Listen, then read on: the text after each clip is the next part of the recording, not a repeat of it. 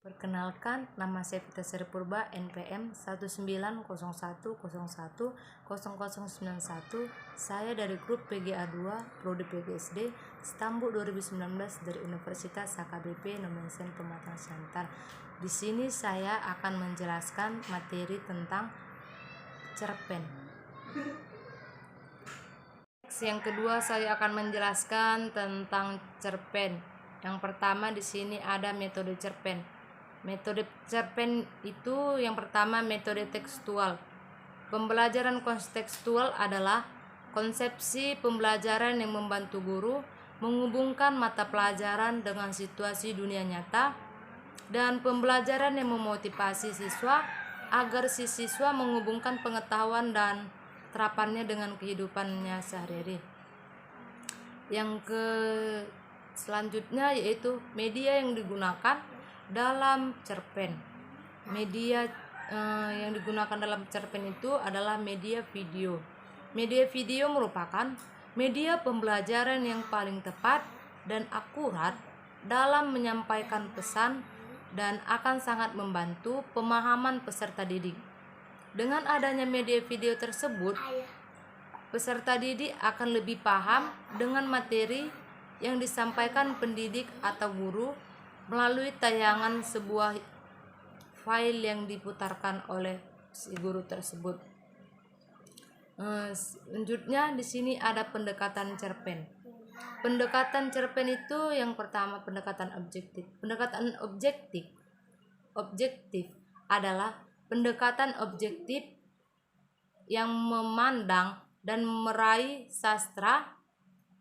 Pendekatan objektif adalah pendekatan yang memandang dan menelaah sastra dari segi intrinsik yang membangun sebuah karya sastra.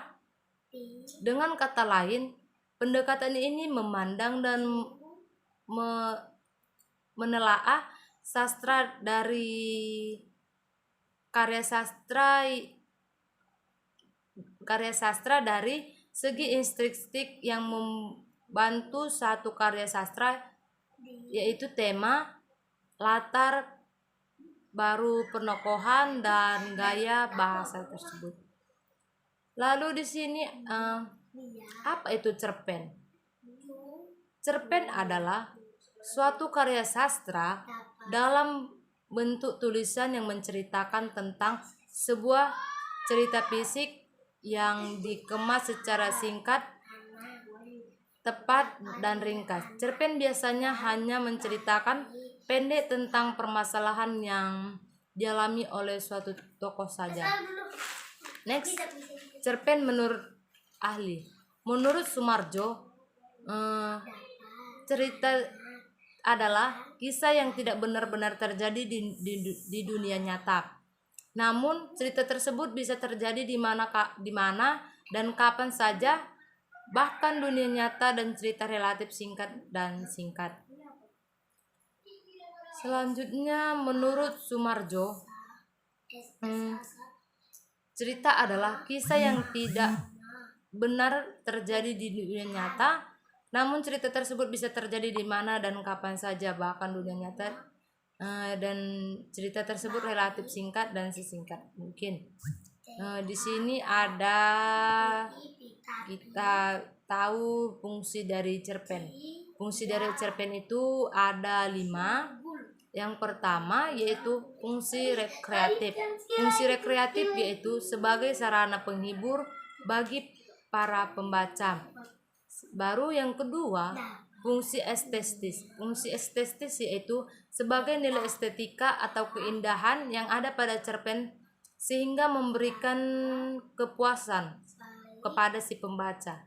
Yang ketiga yaitu fungsi didaktif, yaitu sebagai pemberi pembelajaran atau pendidik yang akan bermanfaat bagi para pembaca. Yang keempat yaitu fungsi moralitas. Fungsi moralitas yaitu sebagai nilai moral berdasarkan isi cerita untuk mengetahui baik buruk berdasarkan cerita, untuk mengetahui baik buruk yang disampaikan penulis kepada si para pembaca.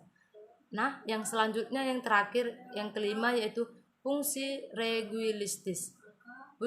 Fungsi regulistis ini sebagai pemberi pelajaran yang religuis yang nantinya bisa dijadikan sebagai contoh baik oleh pembaca. Nah, itulah penjelasan yang dapat saya sampaikan. Jika ada kekurangan dari tutur kata ataupun yang lain, saya mohon maaf. Sekian dan terima kasih.